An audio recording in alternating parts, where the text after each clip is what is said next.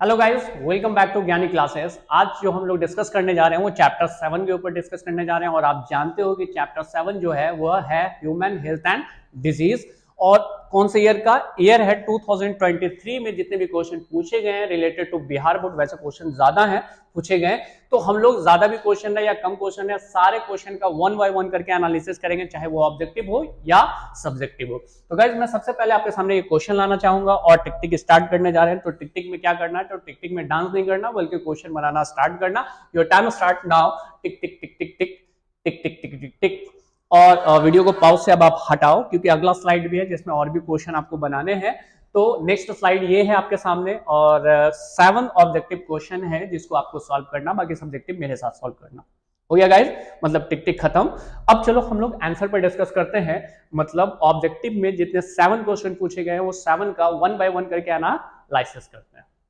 सबसे पहले क्वेश्चन कहता है टी लिम्फोसाइट्स ओरिजिनेट इन, चाहे टी लिम्फोसाइट्स हो या बी लिम्फोसाइट्स हो, दोनों बनता बोन मैरोज में।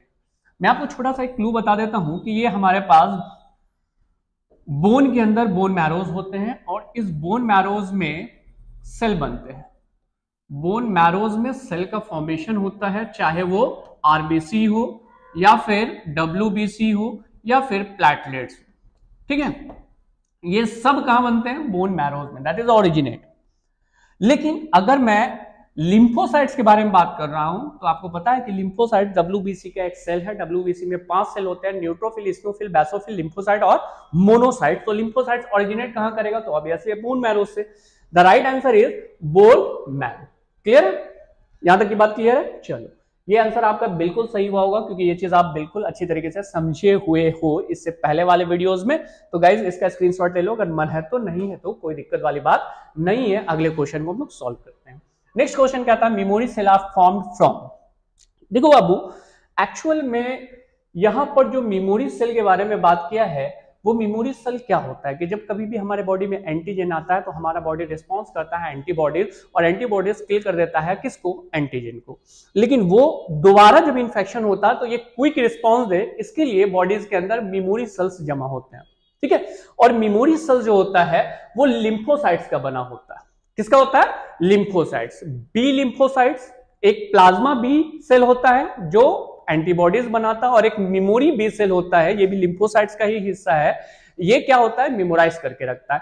और हमारे बॉडी में जो भी हम वैक्सीन लेते हैं इसी आधार पे काम करता है कि जब वैक्सीन का एंटीजन हमारे बॉडी में जाता है तो वो एंटीबॉडीज बना करके मेमोरी सेल बना के रख देता है कि जब हेल्दी कोई एंटीजन हमारे बॉडी में आए इन्फेक्शन करने के लिए तो हमारा बॉडी क्विक रिस्पॉन्स कर सके। तो सिंपल, यहाँ पे इतना ज्यादा लेक्चर देने की जरूरत नहीं है, सिर्फ समझाने के लिए। वो तो पहले भी आप समझे हो। The right answer is lymphocytes की मेमोरी सेल्स में लिम्फोसाइट्स इन्वॉल्व होंगे। Clear guys? चलो थर्ड क्वेश्चन में आगे बढ़ते हैं। What is droplet infection? ये खांसी नहीं थी, ये एक्शन था कि अगर कोई आदमी खांसता है तो खांसने में आपको पता है कि बहुत छोटे छोटे ड्रॉपलेट्स निकलते हैं, और ये कोरोना इसका बेस्ट एग्जांपल था कि अगर आप किसी के सामने छींकते हो या खांसते हो तो उस एयर ड्रॉपलेट्स के अंदर कई हजार क्या होंगे? माइक्रोब्स होंगे। तो इसमें से कौन सा बीमारी है जो ड्रॉपलेट से फैलता है? ठीक है, तो सिफिलिस नहीं। सिफिलिस सेक्सुअल ट्रांसमिटेड डिजीज है, male to female and female to male transfer होगा डिजीज सिफिलिस। टिटनस, ये भी नहीं। टिटनस तो आपको पता है कि जब कभी कट जाता है तब होता है, ड्रॉपलेट से नहीं होता। Typhoid due to contaminated food and water. And the last is pneumonia. Pneumonia जो है वो एक से दूसरे में ट्रांसफर होता है थ्रू द एयर ड्रॉपलेट्स, और इसमें ट्यूबरक्लोसिस भी आता है और कोरोना भी आता है। तो इस ऑप्शन में हमारा आंसर क्या है? निमोनिया। चलेगा? चलो, 3 का तीनों सही है। अगला क्वेश्चन क्या कहता है? Retrovirus is casual organism of which of the following disease? Retrovirus, simple समझिएगा, रेट्रोवायरस किसको कहते हैं? इस दुनिया में वायरस 2 तरह के होते हैं, एक जिसके अंदर जेनेटिक मटेरियल डीएनए होता है और दूसरा जिसके अंदर जेनेटिक मटेरियल आरएनए होता है। तो वो वायरस जिसके अंदर जेनेटिक मटेरियल आरएनए है वैसे वायरस को हम रेट्रोवायरस कह सकते हैं। तो simple, retrovirus are those virus having genetic material RNA. तो अब आप ये बताओ कि फलेरिया ये जो बीमारी है ये वायरस के कारण होता है? तो वायरल डिजीज नहीं है सर, ये वायरल डिजीज नहीं है, तो कट गया। सिफिलिस अभी जस्ट मैंने बताया, और ये बैक्टीरियल डिजीज है। बचा कौन? एड्स। और AIDS is the right answer because AIDS में जो वायरस है उसके अंदर जेनेटिक मटेरियल क्या है? आरएनए है, दैट्स व्हाई कॉल्ड रेट्रोवायरस। ठीक है, आगे जस्ट इसके बाद हम लोग नेक्स्ट क्वेश्चन चलते हैं। फिफ्थ, एक बात बताओ, फॉल पॉक्स लिखा है is caused bye, fall pox मतलब मुर्गी वगैरह को जो पॉक्स होगा उसको भी होता है, उसको फॉल पॉक्स कहते हैं। वो किसके द्वारा होगा? पॉक्स किसके द्वारा होता है? Bacteria, ectoparasites, virus and endoparasite. तो सर मेरा आंसर सही है, क्या है? Virus. The right answer is virus. अगला क्वेश्चन है 6, food poisoning is caused by rhizobium, azotobacter, lactobacillus and clostridium. Clostridium के बहुत सारे स्पेसीज पाए जाते हैं, जिसमें क्लोस्ट्रीडियम जो है उसका एक स्पेसीज और आता है जो क्या काउज करता है? फूड पॉइजनिंग काउज करता है। तो the right answer is clostridium. ध्यान से याद रखना कि राइजोबियम बैक्टीरिया चने के जड़ में पाया जाता है, ये तो फूड पॉइजनिंग नहीं काउज करेगा बल्कि नाइट्रोजन फिक्सिंग जाना जाता है। एजिटोबैक्टर भी कहां? फील्ड, खेत वगैरह में यूज किया जाता है नाइट्रोजन को बढ़ाने के लिए। और लैक्टोबैसिलस मिल्क या दही में पाया जाता है, और इससे आपको पता है कि फायदा ही होता है, नुकसान नहीं हो सकता। फूड पॉइजनिंग मतलब जिसको हम खाएं और हमारा पेट खराब हो जाए, वैसे फूड पॉइजनिंग में आएगा। The right answer is clostridium. ठीक है, अगला बात करेंगे। Last question, I hope so कि 6 में 6 सही हुआ होगा, लेकिन ये भी देख लेते हैं। The antibodies in the blood are secreted by, antibodies blood में कहां सिक्रेट होगा, मतलब कौन सिक्रेट करेगा? तो अभी जस्ट मैंने आपको लेक्चर में बताया है कि लिम्फोसाइट्स हमारा 2 होता है, मेमोरी और दूसरा प्लाज्मा। तो lymphocytes is the right answer. Clear है? 7 का 7 सही हुआ। मैं देखना चाहता हूं कितने बच्चे का 7 में 7 सही हुआ। सही सही बताना, अगर 6 सही है तो 6 लिखना, 5 सही है तो 5 लिखना। ठीक है, तो ट्राई करके देखना। अगला मैं सब्जेक्टिव क्वेश्चन में आ रहा हूं और सब्जेक्टिव पे डिस्कस करते हैं। तो कहता how are T and B lymphocytes formed. आपको जवाब पता है, बस मैं ये सिखाऊंगा कि 2 नंबर के लिए लिखना कैसे है। आपको जवाब पता है कि नहीं? बिल्कुल पता है कि टी एंड बी लिम्फोसाइट्स दोनों का दोनों बोन मैरोज में बनेगा, लेकिन कहानी थोड़ी सी आगे भी बढ़ेगी। वो कहानी क्या है कि बनने का तो ये दोनों बोन मैरोज में बन गया, ये टी लिम्फोसाइट्स और ये बी लिम्फोसाइट, दोनों सेल है। बी लिम्फोसाइट्स बोन मैरो में ही रहेगा, यही मैच्योर भी होगा, लेकिन टी लिम्फोसाइट्स यहां पे बनेगा जरूर, लेकिन हमारे बॉडी के इस जगह पे पाया जाता है थाइमस ग्लैंड है। इस थाइमस ग्लैंड में चला जाएगा और इस जगह पे मैच्योर होगा। कौन? T lymphocytes. Clear? B lymphocytes हमारे बॉडी में एंटीबॉडीज बना करके माइक्रोब्स को किल करता है, और टी लिम्फोसाइट्स में एक लिम्फोसाइट्स होता है जिसका नाम है किलर टी सेल, जो जाकर माइक्रोब्स को किल कर देगा। माइक्रोब्स मतलब एंटीजन जो बाहर से हमारे बॉडीज के अंदर आया। दूसरी चीज, इसी किलर टी सेल में एक बनता है जिसका नाम है हेल्पर टी सेल। बहुत इंपॉर्टेंट है ये। कितना इंपॉर्टेंट है मैं बता रहा हूं कि हेल्पर टी सेल जब हमारे बॉडीज में है तो कोई भी अगर एंटीजन, बैक्टीरिया, वायरस इंटर किया, ये हेल्पर टी सेल जाके सबको हल्ला करेगा कि ए भाई आ गया। कौन आ गया? बी लिम्फोसाइट्स को बताएगा कि बॉडी के अंदर इंफेक्शन आ गया, एंटीजन आ गया, वायरस आ गया। यही helper T cell killer cell को भी बताएगा कि भैया बॉडी में इंफेक्शन आ गया, मतलब हल्ला करने का काम इसका है। लेकिन HIV वायरस जो होता है ना, वो किसी और को नहीं मारता बल्कि इसी सेल को मार देता है, हेल्पर टी सेल। और जैसे ये हेल्पर टी सेल मरा, बॉडी के अंदर कोई भी एंटीजन आ रहा, कोई भी फॉरेन बॉडीज आ रहा, तो बॉडी को पता नहीं चल पा रहा। क्यों? क्योंकि ना ही बी सेल अपना रिस्पॉन्स देगा ना टी सेल रिस्पॉन्स देगा। वो रिस्पॉन्स कब दे सकता था? जब हेल्पर टी सेल था। लेकिन जब हेल्पर टी सेल ही डिस्ट्रॉयड हो गया तो उन लोगों को पता नहीं चल पाएगा। ठीक है, ओवर क्लू है, मैं आपको बता रहा हूं लिखना कैसे है। ये तो छोटी सी कहानी थी। अब T and B lymphocytes are the adaptive immune response in an organism. Clear? T और बी लिम्फोसाइट्स दोनों का दोनों इम्यून रिस्पॉन्स करता है, लेकिन कौन सा? एडेप्टिव। ठीक है, आगे बात करें तो कहता है B lymphocytes mature in bone marrows and produced antibody in response to the antigen. 2 तरह का लिम्फोसाइट, स्ट्रक्चरली दोनों सेम लगेगा, फंक्शनली दोनों डिफरेंट हो जाएगा। जो बी लिम्फोसाइट्स है वो बनेगा बोन मैरोज में, और बी लिम्फोसाइट्स ही है जो सिक्रीट करेगा क्या? Plasma B cell. और ये प्लाज्मा बी सेल एंटीबॉडीज बनाएगा, और ये एंटीजन को मारने का काम करता है। कौन? एंटीबॉडीज। एंटीबॉडीज क्या करता है? एंटीजन को मार देता है। एंटीजन कौन है? जो बैक्टीरिया हमारे बॉडी के अंदर इंटर कर रहा, वो एंटीजन, और उसको मारने के लिए हमारा बॉडी क्या बना रहा है? Antibodies.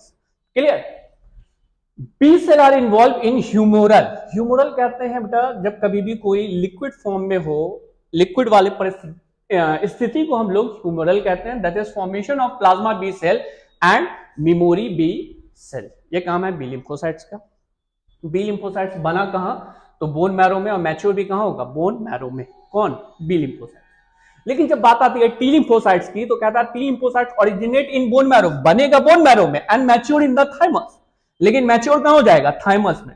This cell trigger the B cell and develop the plasma cell and activate pillar cells. मैंने कहा ना कि टी लिम्फोसाइट्स का काम, जिसमें हेल्पर टी सेल का काम क्या है कि बाकी सबको एक्टिव करना, कि भैया बी सेल्स को भी बताना कि बॉडी के अंदर एंटीजन आ चुका है, किलर टी सेल को भी बनाना, और ये सब का काम क्या है? एंटीजन को मारना। बॉडी में कोई भी फॉरेन बॉडीज घुसेगा, हमारा बॉडी रिस्पॉन्स करेगा, उसको मार देगा। क्लियर है? चलो यहां तक की बात समझ में आ गई। 2 मार्क्स के लिए इतना सफिशिएंट है, और आई होप सो कि अगर आप स्क्रीनशॉट ले ले तो ज्यादा बेहतर होगा। ठीक है, चलिए बेहतरी वाला काम कर चुके हैं, मतलब स्क्रीनशॉट ले चुके हैं। अगला क्वेश्चन नंबर है 9। What do you understand by sarcoma? आपको मैं बता दूं, कैंसर के बारे में आपने सुना होगा। कैंसर का बहुत सारा टाइप होता है। जैसे ब्लड कैंसर को ल्यूकेमिया कहते हैं, तो सार्कोमा हम कौन से कैंसर को कहते हैं? जनरली आप इस बात को समझो कि सार्कोमा जनरली कहते किसको है? Sarcomas affect the tissue derived from the mesoderm. Sir ये मेसोडर्म क्या है? हम लोग ट्रिप्लोब्लास्टिक ऑर्गेनिज्म, और जब ये स्पर्म ओवा के साथ आकर फर्टिलाइज करता है तो ये एक कंप्लीट सेल बनाता है जिसको जाइगोट कहते हैं, और जाइगोट फिर डेवलप्ड करके कई सेल्स बना देते हैं जिसमें 32 सेल का कंडीशन कहलाता है मोडुला। मोडुला आगे गैस्ट्रुलेशन पीरियड में जाता है और ये 3 लेयर में कन्वर्ट होता है। पहला एक्टोडर्म, दूसरा मेसोडर्म और तीसरा endoderm. This is called mesoderm. सही है? तो मेसोडर्म से हमारे बॉडीज में जनरली हमारा ग्लैंड्स बनता है। बहुत सारा ग्लैंड्स है जो मेसोडर्म से बनता है, सारा का सारा नहीं, सारा का सारा में इधर और इधर आ जाएगा। क्लियर? तो जो जो ऑर्गन हमारा मेसोडर्म से बनता है, और अगर उसमें कैंसर हो रहा है तो वैसे कैंसर को हम नाम देते हैं सार्कोमा। अब बेस्ट एग्जांपल मैं बता रहा हूं। बोन्स कहां से बना है? मेसोडर्म से। मसल्स कहां से बना? मेसोडर्म। तो सर इतना तो हमको याद रखने की जरूरत नहीं है, मैं आपको बता रहा हूं। मसल्स में कैंसर हुआ, बोन में कैंसर हुआ, तो ये सारा कैंसर क्या कहलाएगा? सार्कोमा कहलाएगा। और मेसोडर्मल ऑरिजिन, क्योंकि बोन और मसल्स जो है वो कहां से डेवलप कर रहा? मेसोडर्म, यानी इस लेयर से डेवलप करता है। ठीक है, इसके लिए चाहे तो आप डेवलपमेंटल बायोलॉजी को जाकर के खंगालो, या फिर 11 का बहुत सारा सेक्शन है जिसमें ये चीज डिटेल दिया गया है। ठीक है, टिश्यूज, तो वहां ना डील करना ना यहां डील करना। सिंपल सा समझ लो कि कहता mesodermal such as connective tissue. Connective tissue में आपका कौन आ जाता है? बोन आ जाता है, कार्टिलेज आता है, tendon, adipose tissue, lymphatic tissue and muscles. इन सब में से कहीं भी अगर कैंसर होता है तो वो कहलाता है सार्कोमा। क्या कहलाता है? सार्कोमा। और सार्कोमा का भी कुछ टाइप बात किया गया है, जैसे लिम्फोमास। हमारे बॉडी में 2 तरह का सर्कुलेशन है, आपको पता है ना? एक कार्डियोवैस्कुलर सिस्टम और दूसरा लिम्फेटिक सिस्टम। तो कहता है लिम्फोमास में, lymphomas are the cancer of the lymphatic tissue. They appear in the lymphatic nodes, spleen and rectoendothelial tissues. तो जब इसमें कैंसर होगा तो ये क्या कहते हैं? लाइपोमास। आपको पता है कि हमारे एक बहुत चहेते क्रिकेटर युवराज सिंह को भी कैंसर हुआ था, और उनको कैंसर यही वाला हुआ था, लाइपोमास। ठीक है, and lipomas are categorized in the sarcoma, but still वो ठीक है, अच्छे हैं। ठीक है, क्योंकि बहुत सारे लोगों की दुआएं उनके साथ थी, और वो क्रिकेट भी बहुत अच्छा खेलते हैं, आपको पता है। हिटर नाम दिया गया था, 6 बॉल पे 6 सिक्सर, मतलब 6 मारे हैं। बट डजंट मैटर, आपको बायोलॉजिकल याद रखना है। The term is called lymphomas. ठीक है, लिम्फेटिक ग्लैंड जहां जहां होता है उन सब में अगर कैंसर हो जाए तो उसको लिम्फोमास कहते हैं। लिम्फोमास अंडर द कैटेगराइज होता है सार्कोमा के। ठीक है, चलो कुछ मिनट और लगेगा, कहानी खत्म। अगला कौन है? Lipoma. Lipomas are the tumour formed by the adipose tissues. तो उसको हम लोग नाम क्या देते हैं?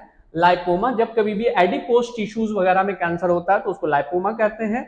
और गाइस अगला है ऑस्टियोमा। जब कैंसर बोन में होगा तो ऑस्टियोमा होगा। Lipomas lymphomas, lipoma and osteoma, ये तीनों का तीनों किसके कैटेगरीज में आता है? सार्कोमा। और sarcoma is a type of cancer which mainly found in किसमें? Connective tissue.